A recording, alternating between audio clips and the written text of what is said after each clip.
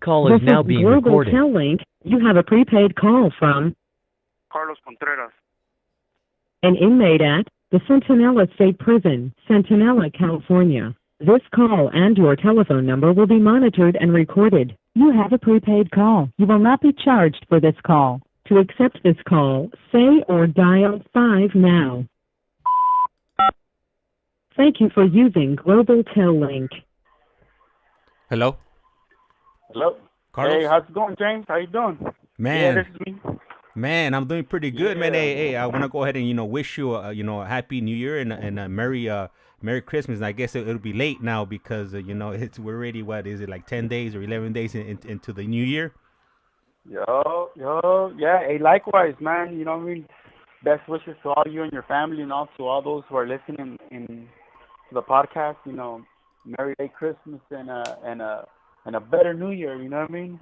I'm looking forward to a more blessing and more experienced New Year. You know? That's right. That's right. I mean, hey, as we get older, we definitely, gotta learn how to, enjoy our time because, every year that passes is just one year less that, we got coming our way. Yes, yeah, you're right. I kind of enjoyed last year. Last year was a pretty good one for me. It had its ups and downs. Don't get me wrong. Like in the struggles that me and my fiance went through. We had a tough year as towards that, but as towards learning and getting better and refining to stay on that steady path of focus. Focus of what's important in life, staying positive, like that.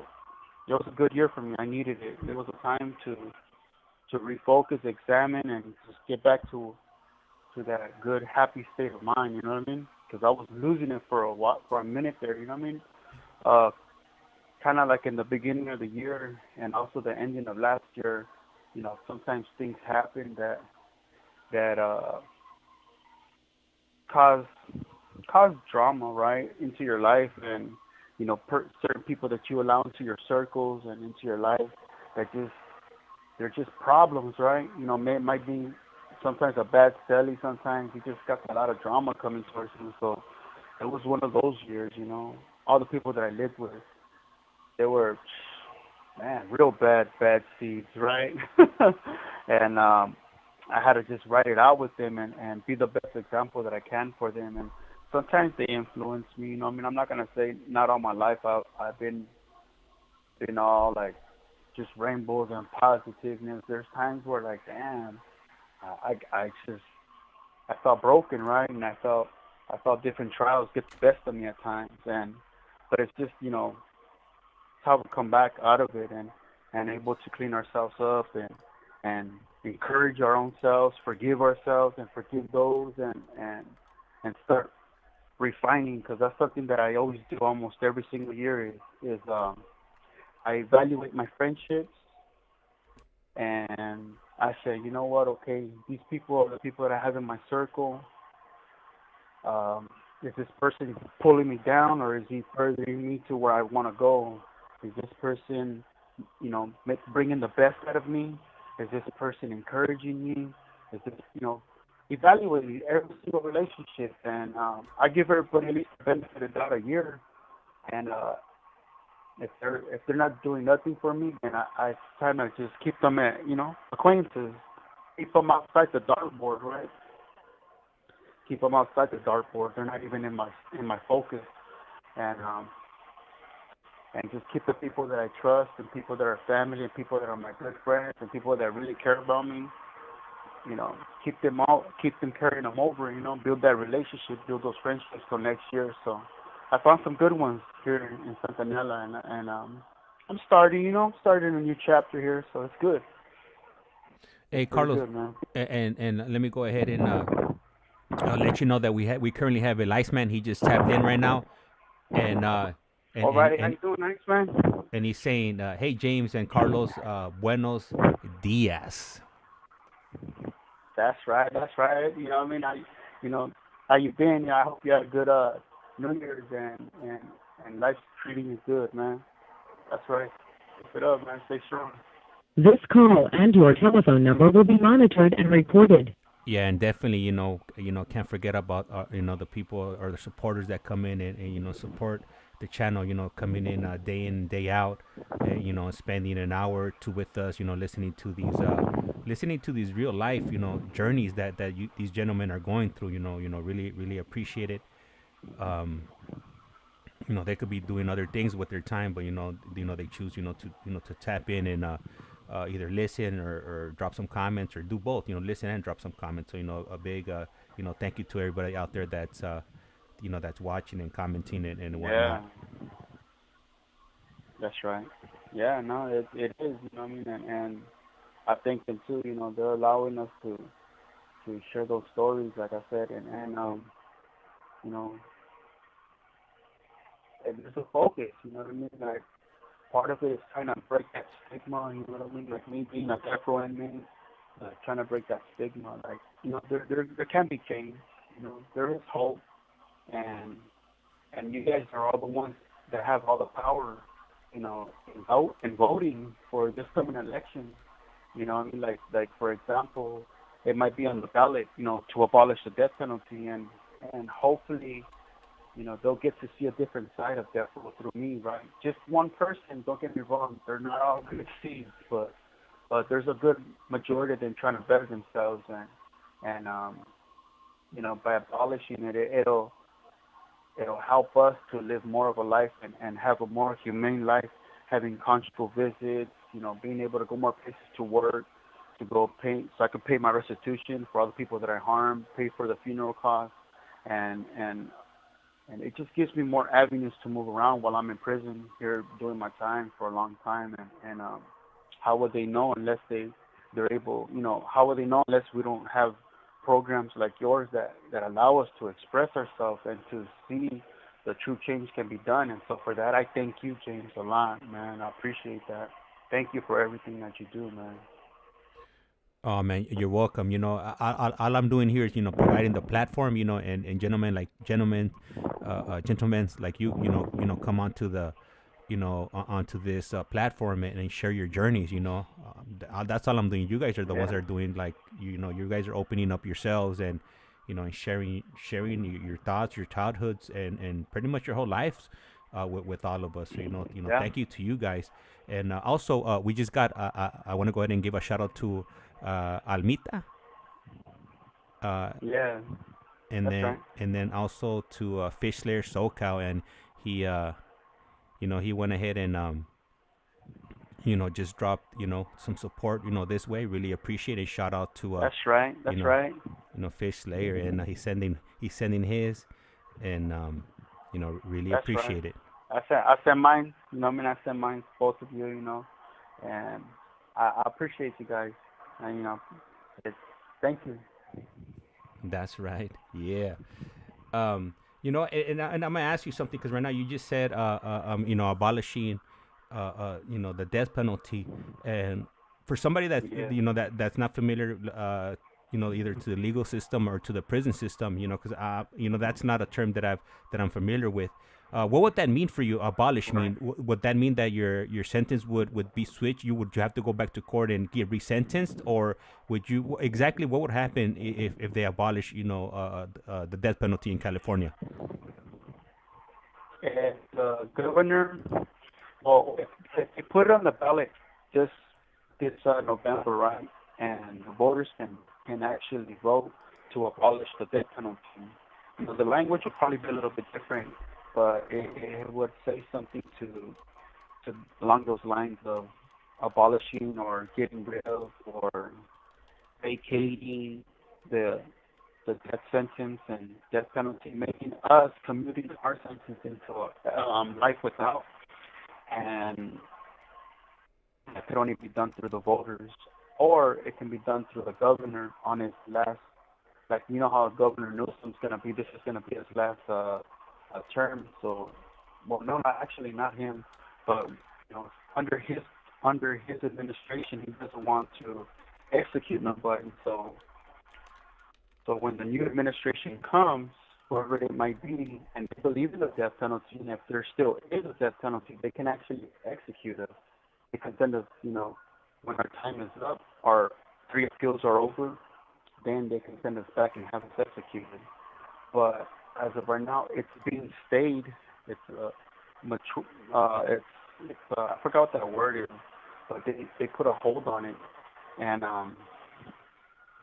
and man, that just to have the death penalty abolished, man, for us, it's something that we look forward to. Like, imagine having constant visits with your family, you know what I mean, like with your wife, to be able to sit there and watch a movie with her, hug her, make love to her, kiss her, and spend the whole day with her without nobody saying, hey, separate. Oh, you're kissing. Oh, you stay away from each other. Having a home-cooked meal with her,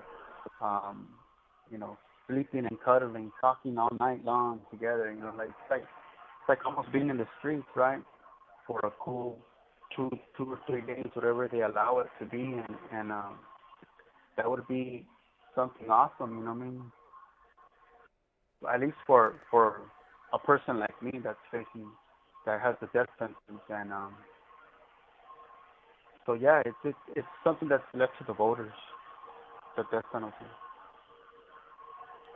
Thank you for sharing that with us. That definitely cleared up a lot of questions for me that I would have if I wasn't familiar with with the prison system or with the court system. So hopefully that they get to that sooner than later, so like that for sure. This call and your telephone number will be monitored and recorded. Where you stand on your sentence. You don't have to always be thinking about it and worrying about it, because I'm sure that does cause some mental strain, maybe even PTSD, thinking about something like that, having something hanging over your head, and then you have somebody a new administration coming in, and they reverse everything that that's been done so far. So I know that could be hard. Yeah, it can. I mean, and when you've been in there for so much, like I was just there for 7 years, and there was guys that have been there for like 38 years or even up to 40 years there, and they learn to accept it, right? And they're to the point, there's even people there, I'm not going to lie, there's people in there that are just saying, you know what, kill us already, man. Do something with us. We're just in the limbo. I don't want to live no more. Just kill me. Like, there's people in there that have that also, that mentality too. So there's a lot of people that have given up already. And, not everybody has support. Not everybody has families. And also depending on their cases, or what kind of crimes they committed. And a lot of inmates lose their families over their cases, and they can't do this journey with them, or they're disgraced by whatever they did, that their family members on death row, and they just cut ties, right? And so there's a lot of people like that up there, and you can see it, man. You can see the hurt in their eyes, and that's why I thank God every day that I have, my beginning journey. I had a lot of good friends, and I had my family that's been with me solid, and then maybe my fiance along the way. It's like, I'm blessed, man. I'm comforted. And you know what? A little moment ago, I said that Fish Slayer SoCal, blessed us. And I just want to go ahead and let you know that he dropped $9.99, and that'll be going your way. So I'll send that over to your book. So there it is. Hey, that's right. Hey, thank you. Hey, man, I appreciate that. Thank you. And God bless you, man. I pray God that I pray that God bless you with a lot more than what you're giving, man, in so many other different ways, man. And God sees everything, and it's just a real person from the heart. You have 60 seconds remaining. A real person from the heart to have that giving spirit, and I appreciate that. Thank you. Like, I hope it goes back triple fold and pressed down and multiplied in so many ways into his life. Yeah, I second that too. Yeah, I mean, definitely, he is one of our bigger supporters, and definitely helping out a lot of the gentleman that come on the show. So really appreciate that. My hats off to him. That's And right. it's a small token, but I'm pretty sure it means a lot more to you guys in there. It gives you the ability to buy those little things, those little pleasures, whether Yeah. it's a honey bun or a chili lime sopa or some pencils, razors, or whatever whatever you guys might need. Yeah. Yeah. Yeah. That's right. I appreciate that. I'm gonna call you back. It's gonna go. Yeah. Go for it. All right. So I'm not sure if you guys caught the stream I had earlier on, and I did mention that I recently what was it, on Tuesday, I was out in LA. I left here from my house early in the morning, and I was out in LA. I met up with a gentleman that recently paroled from a life sentence, and we sat down for like about an hour. So I did my first in-person interview. And I'm gonna go ahead and I just gotta edit it. To be honest with you guys, I haven't got around to doing it just yet. I just got back in. What was it? Was it yesterday? I don't even know what day we're on today. To be quite honest with you. Yeah. So I ended up getting back. My flight got delayed when I flew back in, and I ended up getting home yesterday till like 4 a.m. in the morning.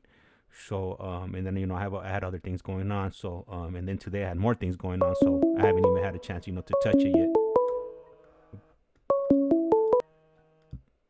But I'm definitely going to be getting on that shortly. This is Global Tel Link. You have a prepaid call from Carlos Contreras. an inmate at the Centinela State Prison, Centinela, California. This call and your telephone number will be monitored and recorded. You have a prepaid call. You will not be charged for this call.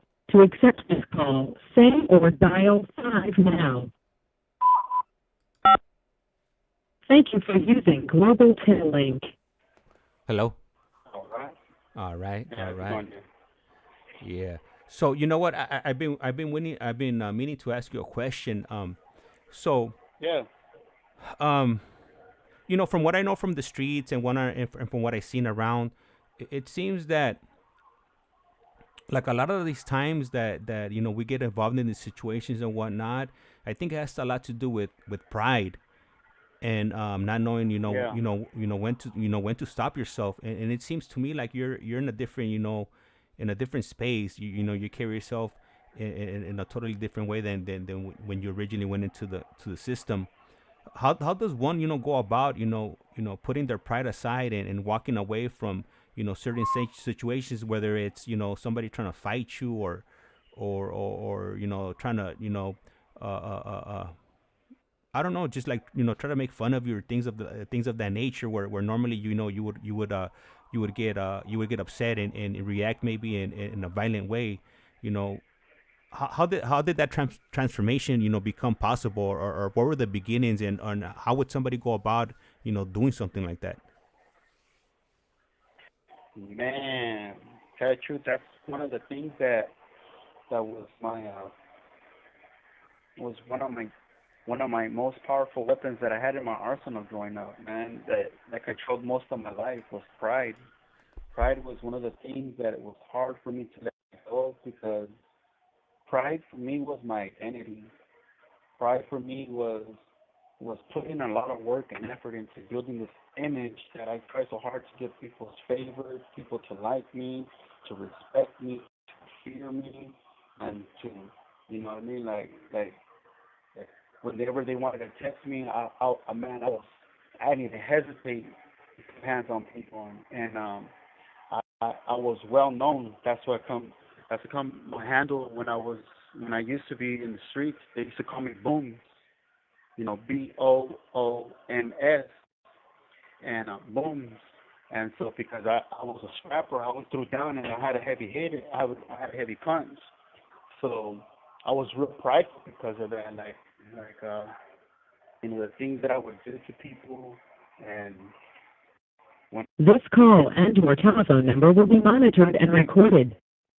actually it started in county jail. When I was in county jail, that's when I was going through my transformation, and I was going through those episodes of I needed to get my life together because I didn't want to lose my family.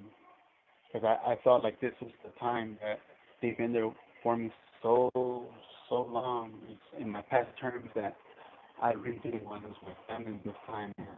And I wanted to do everything I could in my power to figure that out. And after doing some self-examination and reading some different books and reading parts of the Bible and seeing it and asking people, like, if you were to see a defect, I mean, what do you think it is, man? You know, some people have addiction, some people have lust, some people have, you know, they're conceited or whatever the case may be. They told me straight out, hey, man, you're real prideful, man. And I said, like, and this is a person that I trust that pointed it out to me, and I said, is that right? I said, all right. And so I started reading everything about pride, you know. You know, you got this, the chin up, and you got this look about you, right? And I started comparing my life, my whole life, to the definition of pride and how it was a very big part of me. And I asked God in a prayer one time, I told him, God, you know, remove this from me. Show me what I need to do to change. Show me what I need to do to become a different person. And the very first time I remember I was doing a Bible study in the county jail, right? And I was trying to really, like, separate myself from the people that used to be real prideful, separate myself the people that wanted attention, and I was just trying to learn something new. I was trying to go and do the efforts, the baby steps of it. And I remember they made Pruno in the tank. And before that episode, maybe like a month prior, before I started like really changing and going into, I used to drink with him. I used to, you know, party right there. We used to like smash on people, and we used to do all that. But this was like the very first months of it where I'm asking God to change me, and I'm trying something new. And one of the homies gets offended, and he comes up to me, and he's all like, hey, Booms, man, like, he closes my Bible, comes right behind me, closes my Bible while we're doing a Bible study. We're learning about communion. And he goes, man, get away from that shit, man. You don't need that. What the hell you doing with these offers, man? You can't get it with these names, man. Come on, let's drink. I said, nah, bad boy, you're just, you know, I'm cool, right? I don't want to do that no more. I'm trying to change. He goes, man, come on, man, we're being a fan, man. And like right there, that was like triggers for me. Boom, like what you say? Like you could be in the pussy, what? Like I wanted to get up so bad, right? And put hands on him. And this guy was a little bit shorter than me. If I would have got up, I know for a fact I would have smashed the shit out of him. Plus he's drunk. So I said, nah, bad boy. Hey, you know what? I don't want to lick a lights on no more. I don't want to do that anymore, man. Hey, I don't want the problem, son. Just go ahead and do you over. Let me enjoy this. And he goes, man, you're weak. And he walked away, right? So that was the first time ever in my life that I turned down a fight, that I held my ground, and I wanted to really change, and I was biting my tongue. I never felt that before, ever before in my whole life. And I wrote it out, and I continued to do the Bible study, and I still felt like a little peace come over me, and I felt asleep comfortably, man, and I prayed for the guy that night. And the next morning, the guy comes up to me, man, and he goes, hey, Carlos, man, hey, I'm sorry, man. I apologize, you know, I was drunk. I said, don't worry about it, man. It's all good. About on the bridge. I've been there before, right? And he goes, nah, but I'm sorry, man. I passed up. You know, I know you could have heard me, and I should have done that. I'm sorry, you know. I said, don't trip, we're all good, you know, we're good. And you know, part of that prayer in the night was like, you know, God, let it all be good, you know, let there not be no animosity. Take that hate away from me. Take that urge of me wanting to hurt him, you know. And he came and apologized. So I was all like, cool. I was cool. I see you, God. You know, and then an older OG comes, you know, that was in there with us, and he goes, hey, Carlos, come here, let me talk to you. You know, he was way older than us, and he goes, hey, man, I seen what you did yesterday, man. He goes, you could really hurt that kid. You know, I'm proud of you. He goes, it takes a real man to do that. I've never heard of that. I've never heard of those words before in my life. Not in that way for a situation like that. Never. I never looked at it as a strength, as someone where someone could encourage you and commend you. like that was new. That was new language for me. I didn't understand it, but it felt so good. And I looked at him and I told him, thank you, man. I needed to hear that. And those were the beginning moments of many different moments like that. But that was the very first one that I actually started breaking down my pride. Like it just started like shattering that image in me. Like I can do this. And that very first one was the hardest. And I had different experiences like that over time. And it just became easier. And I got more clarity of like, okay, what's going on with the person? You know, why is he trying to come at me all aggressive? Well, I put myself in other people's shoes now, and I start thinking like, okay, he's not thinking right, or he's probably hurting. Maybe his mom and dad died, or maybe, you know, whatever the case may be, you know, something's going on with him, and he's trying to vent out on me or take it out on me. And when I started asking the right questions to these people that were coming at me aggressive, like they trip out. I'm like, man, like they just look at me all weird because I start telling them like, hey man, what's really going on with you, bro? Like I got no problems with you, but what's going on with you? Not for real, you know what I mean? Like we don't even have to go to that extent. Like I could talk to you as a man, and we can talk this out, and you'll really find out I'm a good person. Man. Like whatever these guys are telling you or whatever they're trying to pump you up to do, get to know who I am as a man, and I'll tell you that I don't really want to hurt you, but I want to help you. They can't understand that. That to them is like, what? Like, nah. And believe it or not, like, it takes a lot of strength to do something like that, and a lot of courage to do something like that. And I think it's been given like a bad rap, you know, many people that are humble. And you know, don't get me wrong, I just didn't stand around like a doormat either. You know? I'm not gonna sit there and watch someone just literally like put hands on me. I'm gonna defend myself at all costs at any time, at any given moment in my life. But if I can avoid a situation, if I can learn how to speak it to a person where they learn to respect it because they can see the maturity and see that you're really genuine and see that you care about them, and it's a game changer. And but yeah, man, just to discover that part, I could just imagine me going out of the streets now and trying to tell someone from the calle when I'm like, if you know I get released and I'm out there and I go to the store and someone's trying to bang on me or trying to look at me all crazy, and I'm like, hey bro, like, you know, God bless you. You don't need to be doing that, man. I ain't got no problems with you. You know how worthy you are as a person, like how capable you can really succeed if you put your mind to it. Like, man, you're a conqueror, homeboy. Like, why you coming and starting problems? You know what I mean? Like with me, if anything, you should be applying all that energy into doing something better for yourself, man. Like, imagine coming at a person like that, you're gonna be like, what the hell? Like, I'm only trying to get at this one. This was trying to encourage me. It's an unknown language to them, but somebody has to do it. Somebody has to actually tell them. They actually got to hear that. They actually got to see it so they can know how to react to it, how to be receptive to it. And it's confusing to them at first, but later on, as they start maturing, start getting older, they'll recognize. They'll be like, hey, you know what? They try to do to. I remember that one guy. Man, I thought he was weak, man, but now I see what he was. Now I see what he was on. You know, he was on a whole new level. Like that was the strong he was on. So it's amazing and empowering here when you're real respectful and you're humble. You know, sometimes people can take advantage of that, right? They say they use your kindness for weakness, right? But I'll tell you this, you know, the Bible also says, be gentle as a dove and wise as a serpent.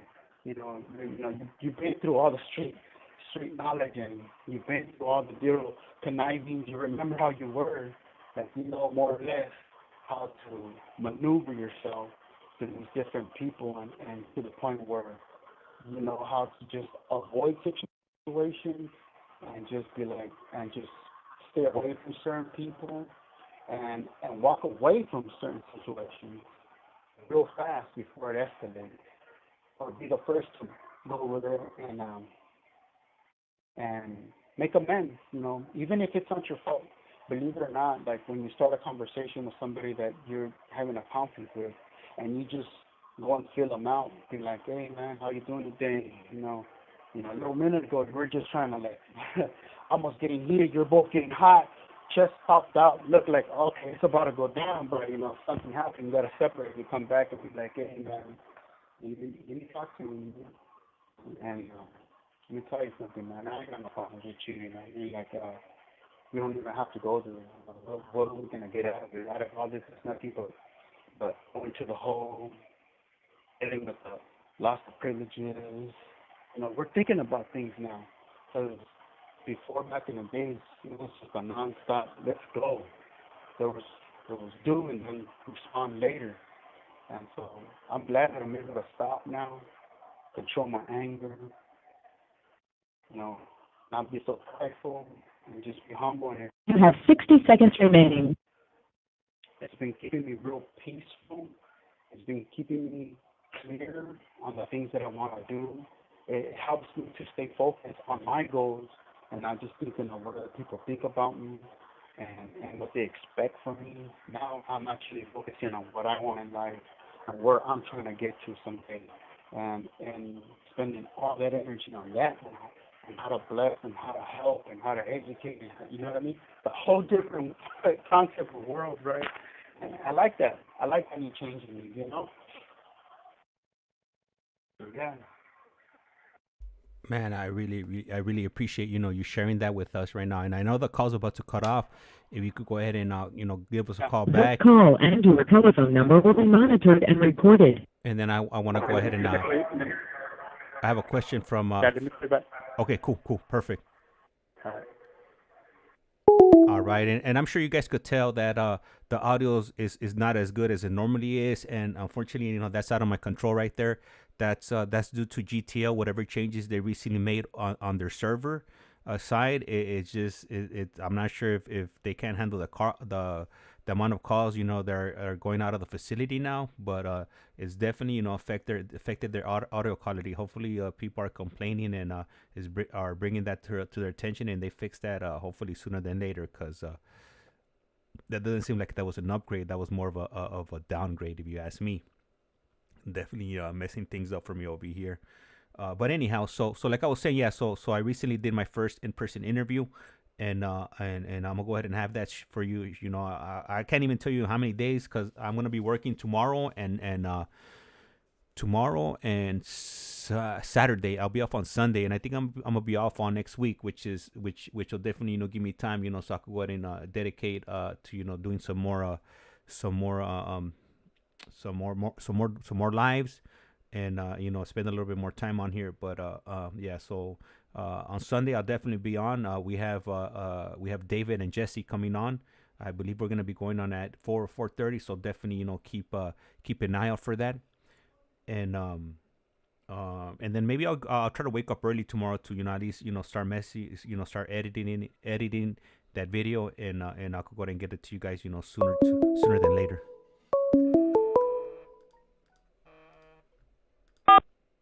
This call is now being recorded. This is Global Tel Link. You have a prepaid call from Carlos Contreras. an inmate at the Centinela State Prison, Centinela, California. This call and your telephone number will be monitored and recorded. You have a prepaid call. You will not be charged for this call. To accept this call, say or dial 5 now.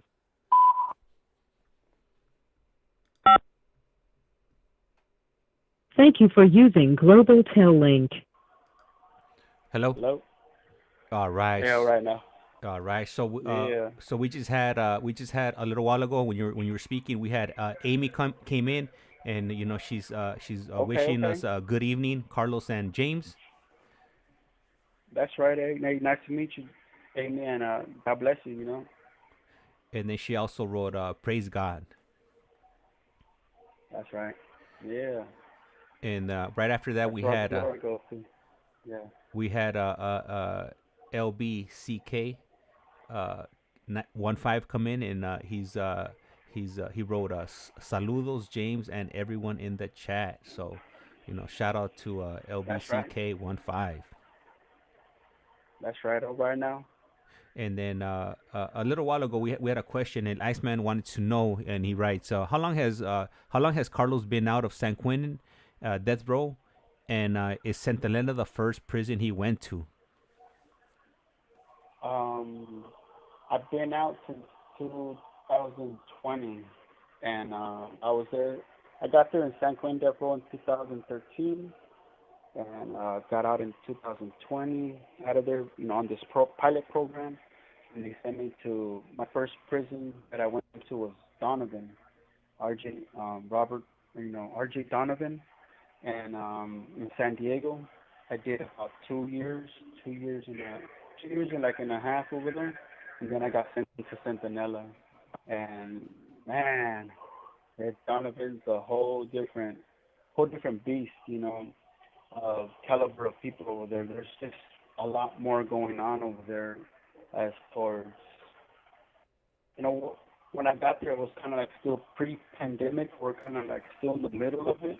And so when I first got there, we were still kind of like on that quarantine, lockdown, people still getting COVID. And so the first year, I felt like we were kind of like locked down, we didn't really get to program. But then that following year, I was able to get out and program, get involved in different organizations, Death Row Alliance, the Lifers groups, church services, Saddleback, Pyros, different parole. I was even involved in parole. This call and your telephone number will be monitored and recorded. Like parole board classes, and they'll teach you, what do you need to learn, what do you need to do to parole someday. And like, I don't even have a parole date, but I was still learning the grammar and the knowledge and the education of it, because I believe that no education is worthless, right? Everything can be learned and applied to everybody's life. And at the same time, I had a pretty cool testimony and experience, and sometimes I was the one that was encouraging them, the guys going home and the people with LWAP and the people with life, and because that was like another step for them that was like worse than them, right? The way they seen it. And they just still couldn't believe that I was a person so happy, so joyful, and they wondered, like, how you're facing death, how is it that you can do that? Like, I don't understand that. And I said, I got peace, man. I made my amends. I asked for my forgivenesses, and God has forgiven me, man.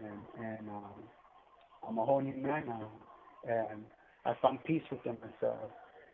And I'm just trying to live life to the best of my ability, to my best fullest that I can now, and give back of myself to the community that I'm involved in. And I found that giving back, helping people, even give or say the elderly and other people around me, it's given me self-worth, a purpose inside prison.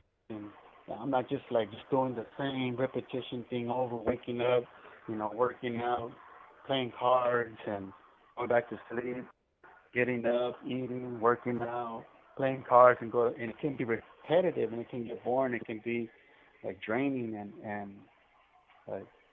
it's just, you're just sitting there and not doing nothing useful with your time. But when you apply yourself and you learn new things, it's where you're trying to make life a little bit more interesting, more exciting, even when you're in here.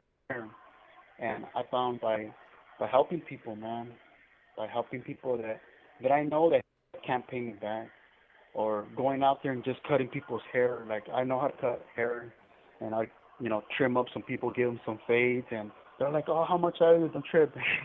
Hey, that's all. I get in my little moods, I'll go out there and I'll do it.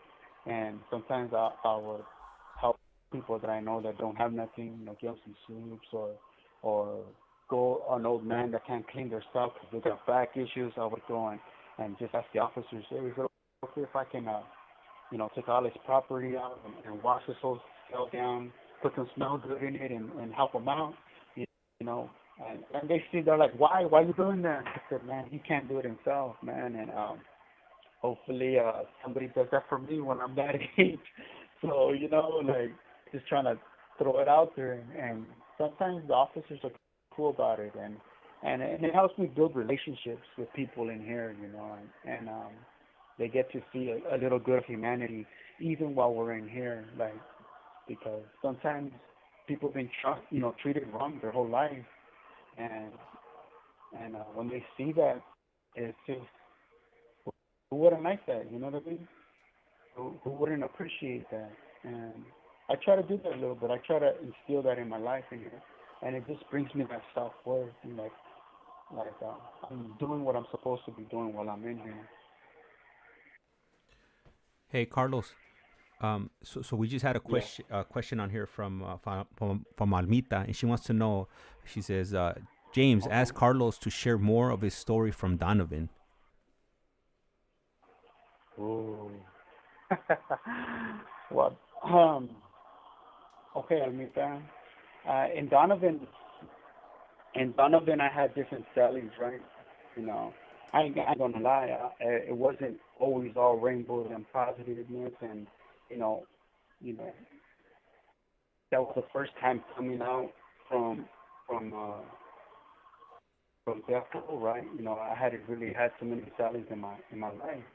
I was always in dorm settings or in the hole by myself, and you know, another past terms, and so I never really had too many sellings in my life. And having a selling, I didn't know that when they have the wrong sellings, they can influence you. They can get you in trouble. They can get you off your game, right? Get you off your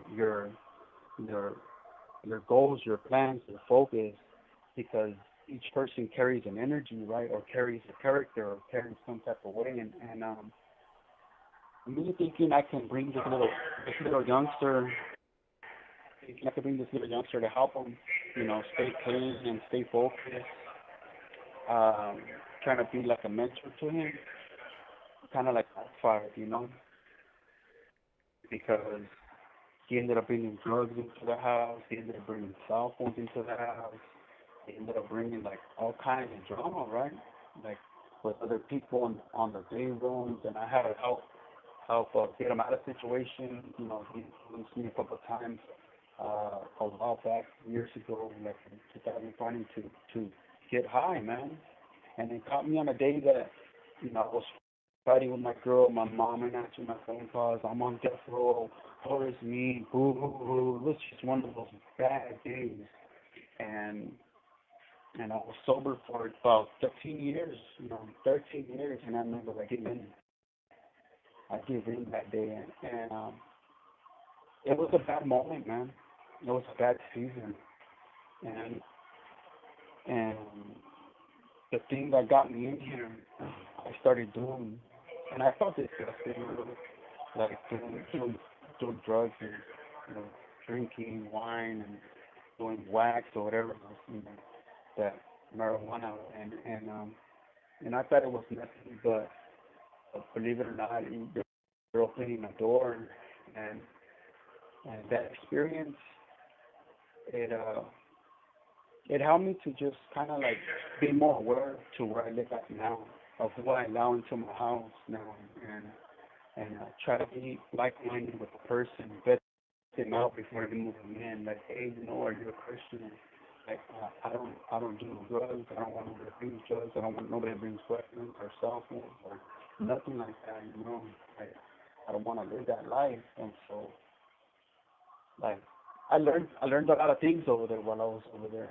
And don't get me wrong, you know, like hanging around with the bad crowd sometimes it can wheedle its way back in, because when you're in a place almost kind of not too close from home, but people recognize you and they remember you from when you used to be active, or they remember you from the streets, or they remember you, oh, Carlos, hey, Bones, like, and they're expecting to see that person, right? Like, you get excited for that moment, like when you see someone from high school, you see someone from middle school, you see someone from that you used to know when you grew up. You're like, you know how you get that excitement, like everything starts rushing all over again, like, oh yeah, hey, and remember when we did this, hey, and remember, oh man, that was crazy, huh? Like, oh, you get all worked up in the moment, right? And you lose yourself for a bit. Well, I had a lot of those moments, and I thought I had it all together. I thought I had everything, I was strong enough, and my faith was strong enough, and I learned that I really wasn't. I learned that I still needed lot more work to do, and I learned that hey, even a person like me can fall once in a while, and it's just a matter of how long it takes to get back up. And so it was a good.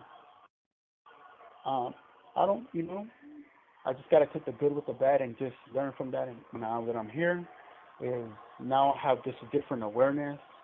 Now I have this. Okay, I gotta. As soon as I see this type of language, this type of behavior, this type of people, it's like, all right, hey, nice to meet you. Hey, God bless you. Hey, you know what? If you need someone to pray for you or talk to you about some person, I'm here. But all that other, you know, I'm so and so. I used to be this, or you want some drugs, or you want this. Hey, go help me go stab this man. Like, hey, God bless you, man. You have a good one. I'm gone. Like, I learned those things now. I learned to say no. Before I was always a big friend, and I got a lot of things to lose, and I don't want to get write-ups and lose my chance of ever. Who knows if I behave and don't get no write-ups, and I might get a clemency one day, and have a pardon from the governor. Those are things that I dream about and I have as a goal, but it requires a lot of discipline from me and staying away from all the bad, man. Man, So yeah. that's huge. That's huge right there. That you're definitely looking ahead, and you realize that what you do today might open the door for you or close the door for you in the future. So you Yeah. know This call and your telephone number will be monitored and recorded. instead of Yeah. saying screw this, I'm just gonna go, I'm gonna go hurt, and I'm gonna go ahead and run amok, and I don't care what happens. You're looking at possibly opening the door for you, in the future one day. So hopefully, Yeah. it does work out, and you get a second chance, because a lot of people are getting second chances, and they're definitely taking advantage of those second chances. Yeah, man. Like, and I'm the only one that can kick myself in the butt. You know what I mean? And so the thing is, what I like about my journey is that I'm enjoying it. You know what I mean?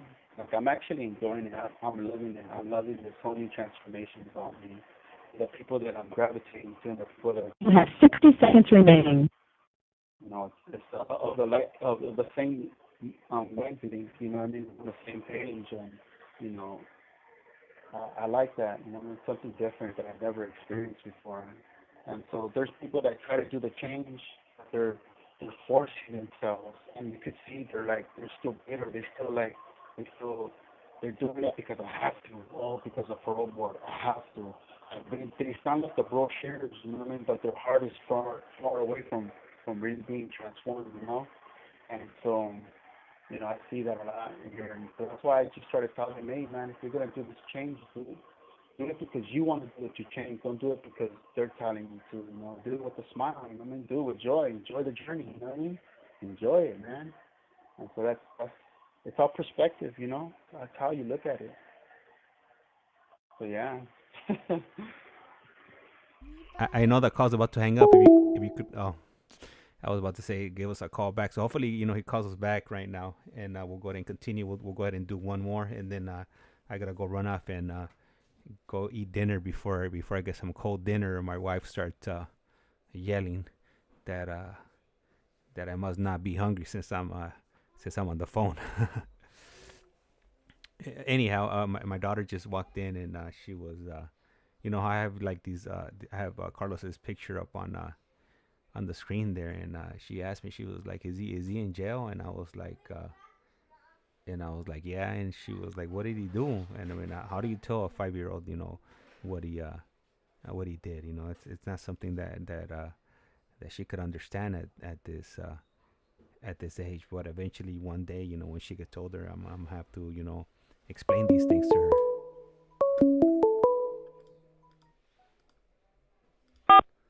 This call is now being This is recorded. Global Link. You have a prepaid call from Carlos Contreras. an inmate at the Centinela State Prison, Centinela, California. This call and your telephone number will be monitored and recorded. You have a prepaid call. You will not be charged for this call. To accept this call, say or dial 5 now. Thank you for using Global Link. Yeah. Hello, All right, Carlos. man. All right. Yeah. Thank you for calling us back. I was trying to tell you to call me back, but the 60 seconds they ran out. So That's right. so I just wanted to let you know for right now. After this call hangs up, then this will be our last call for the night. I gotta go get right. my dinner before it gets cold and before my wife starts yelling at the top of her lungs. And it's not gonna be a good look. You know, you're gonna be in the air. You're gonna be talking, and you're gonna have somebody screaming in the background. So Yeah. Nah, I hear you. That's right. Hey, life has to go on, man, and I appreciate that. You know what I mean? And that's good, man. That's good that you're a family man and you got your morals and you got your focus and that's a good thing, man. Because it's all bad when it goes down the other way.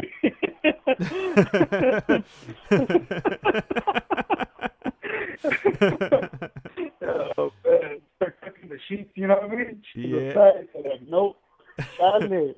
I'm like, for real? Yeah. Yeah. And if for anybody is listening right now, if you want to go ahead and give a call in, you're more than welcome to. The number is down at the bottom. You could either call in, you know, that local number, or if you're from, you know, internationally, you could always use WhatsApp, or you could call via FaceTime audio, so you won't incur any charges on your phone bill. You know, that's the last thing we're trying to do is, you know, have get an international phone call on your phone bill, which I don't think it'll be you're probably going to be surprised to see how much one of those calls cost, you know, to call the U.S. So you guys do have that option. Just throwing it out there, just in case you weren't aware.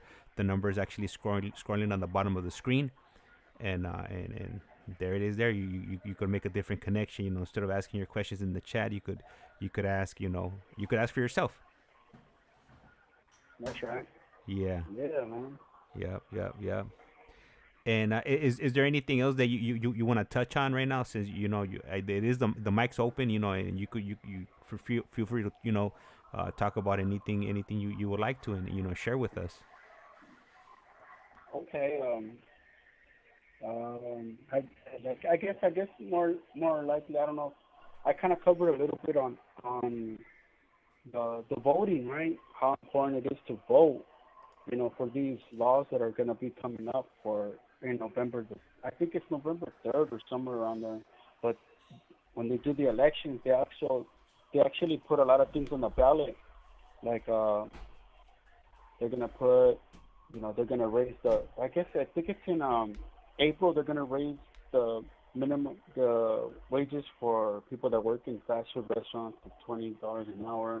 And all these things that people do when they vote, it changes the law for everybody in California, right? And that also goes for even inmates and prisoners. Like, there's a lot of laws that are there for even the correctional facilities, like as towards pay, as towards privileges, everything that revolves around the correctional institution rehabilitation programming. And you know, I would ask, you know what I mean, if you guys can, like, really like answer them and give you guys feedback and you know, vote whatever in your guys' heart for real reformation, man, because that's what we need in California. There's a lot of people that are really locked up for little petty ass crimes, and sometimes there's people that didn't even do nothing and they're falsely incarcerated. And you know, it has to start with you guys, because you guys are the ones that are coming out of the taxpayers' money to keep us incarcerated, to pay for our foods, to pay for our clothing, to pay for the electric. You guys are the ones that are like kind of like saying like the shareholders, right? And kind of dictate our laws, and there's even ways of creating new legislations or putting different things on the ballots by getting voters, like when you go out there and go get signatures to get it approved to start a new law. Like I think it's like a certain requirement of like 150,000 signatures, and then they can put it on the ballot for whatever new law you want to put in, like, you know, making scooters legal in every single parts of the sidewalk areas or neighborhoods and schools or whatever the case may be. You know? There's a lot of different topics that are going to be discussed this year, and I just hope that they actually pay attention on the broad stuff of incarcerated inmates, man, and you know, they've done a lot already for what, you know, they're giving a lot of people a lot of chances, and I just hope that continues, you know, it keeps continuing, and you guys keep writing, the governor, and also everybody that's involved in the California Senate, and every single type of way that anybody that's involved in any legislation that can help us to stop abolishing the death penalty, to allow people second chances to go home, like LWAPs and lifers, and, you know, there's a lot of people that regret what they did, and there's a lot of people that didn't, you know, but that's why there's stages set in place to vet those people out, the ones putting in the effort. So there's a lot of people right here in prison right now doing all the work, you know, going to classes, getting college degrees, AA. They offer bachelor's program here in Centinela, you know, 4-year college, and, you know, there's a lot of vocational training, welding. There's a lot of different things that are people doing to better themselves. So it's a start. And we need your guys' support. So yeah, I just wanted to throw that out there. I don't know if you've ever even thought of anything like that or seen stuff like that on the ballot. And I just wanted to throw this out there is that the laws that Carlos is speaking about would be specifically for California. If you don't reside in California, you're obviously what they're going to be passing there in your state. This call and your telephone number will be monitored and recorded. Would be different than what Carlos is speaking of. So yeah, if you're in California, you definitely make sure you go out there and vote for whatever you're looking for. Whatever changes you want to see made. Right now, a little while ago, we did have a question from Amy, and she wants to know, Carlos, have you done GOGI, GOGI? Are you familiar with that program? I have not attended or done it, but I have heard GOGI in here. There's people that are trying to start it up here and get certified so they can start the actual facilitators and get it going here. Yeah, I have heard it. I've seen it on different prison channels, and from what I've seen, they do a lot of deep soul searching, life skills, kind of like changing their life around, different experiences, humbling themselves, victim, how they affected their victims, victim impact. There's a lot of things to go. From the little bit that I see it's a good support. Like people, you see grown men like encouraging each other, hugging each other and saying, hey, I've been through something like that, encouraging each other, and it seems like a very good program. I think they're about to start it here in Centinela, but as of right now, I don't know if they actually have a facilitator operating that program here though. All right. Yeah, I know. I've had some of our past guests, mention the GOGI program. Yeah. If for somebody like you, if you wanted to participate in that program, do you think you would be able to get in, or would it be a little bit harder for you since you are a death penalty case? It'll be a little bit harder, like if you don't know nobody, like the head facilitator or the guy that kind of orchestrates. Like I have to really, really plead my case. Like right now, I'm signed up for almost all the programs that you can try to get signed up for. But now for them to squeeze me in and actually get me into a group, it's kind of hard because there's a lot of people waiting, and so there's a backlog.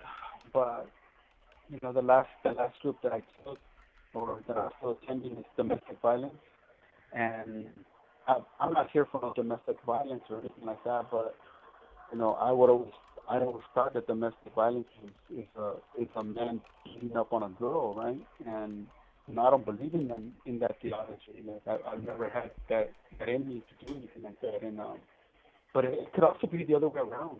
It could be a woman beating up on a man, and then I thought it was something physical. And as I learned more about, it's about a relationship between two people learning how to communicate.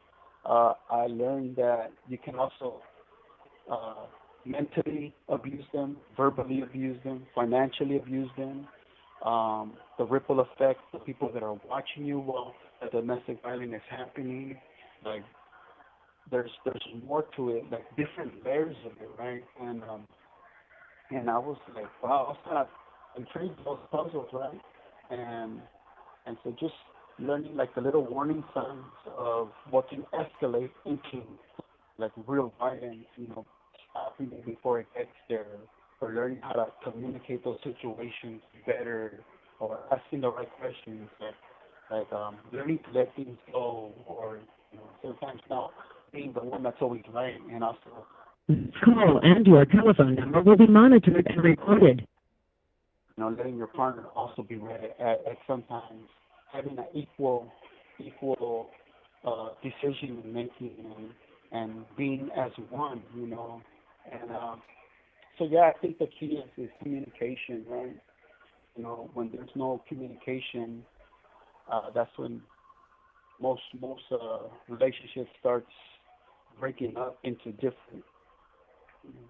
different arguments, different opinions, different decisions, and when a person doesn't speak on it, they hold it in and hold it in and hold it in on multiple situations until either they're too afraid to say something and they hold it in and they get used like a doormat, or they lash out and then end up getting beat up for speaking up, right? So it's sad though. It's sad that female or males have to go through stuff like that, and because I truly believe that that's not a real relationship. If a person is overpowering the other person and keeps them in constant fear, and it should be an equal, communicative, and true love. Unconditional love, to where you're supporting, you're encouraging, you're uplifting each other. So, I learned a lot of these different layers from those domestic violence classes. So, and I didn't know a lot of that stuff. So it's good. It's actually pretty good stuff. Yeah, it's I think it's a good class to take, because a lot of times you're in an abusive relationship and you don't even realize that the abuse that's happening, because you're so used to it, either from seeing it from your own household growing up, and going into his relationship, and you experience the same type of things. So you're not you don't become aware or realize that that's abuse. So you have either a third party, or you take a class like this and they point things out, and then then you realize that you've been abused your whole life. Yeah, so it's a good epiphany. It's a good understanding. Like for example, I never even knew this is like when men see the girls walk out. You have 60 seconds remaining. They're about to go to like a dinner or something like that. She's all dressed all sexy, and the man is insecure, you get jealous, and like, hey, what are you going like that? You know, you're controlling them. You know what I mean? Yeah. And I didn't even know that. And so that's domestic violence, man. I never even knew that. And you should be like, yeah, that's me. You know, you should be confident. That's my girl. Yeah, you know what I'm saying? Like, she's coming with me. Like, it's a whole different perspective of looking at things, right? So, hey, but I appreciate everybody that logged in today, and you know, you guys all have a blessed night, and God bless you guys, and thank you for all the support and everything you guys do for us. Thank you. I appreciate that, James, and all you guys who are on the podcast and joining with us. Hey, thank you. Really appreciate you calling in, Carlos, and we'll go ahead and reach out to me whenever you want to jump back on, and then we'll go ahead and set some time aside for you, and we'll go ahead and do it again. That's right. All right, so the call was cut off, unfortunately, but I want to go ahead and give it a shout out to everybody that's in here today, and I'll go ahead and start off with ICEMAN. Big shout out to ICEMAN. Shout out to Almita, to Fish Slayer SoCal, Amy, LBCK 15, and who else? I think that was it today. That everybody that participated in the chat, and for those of you that are not in the chat, like Lifestyles Chronicles, Angel from the 805, and man, there's a bunch of other people, but I can't even think right now. Mad Max 408, M Star Media, and that's all I could think of right now. But I definitely don't want to forget about you guys that listen to these streams after they go up, and unfortunately are not able to participate on the lives. Still, appreciate you guys watching, and possibly spreading the message, and helping us get out into the YouTube algorithm. And with that being said, like I always say, life's like a candle. Once you blow it, it's lights out. And with that, I'm gonna go ahead and cut the stream. You guys go ahead and have a good night. And I might be back on with Javier at about 11 p.m. So if I am, I'll go ahead and set up the stream and or the placement or the bookmark, and just be on the lookout. All right, you guys go ahead and have a good night.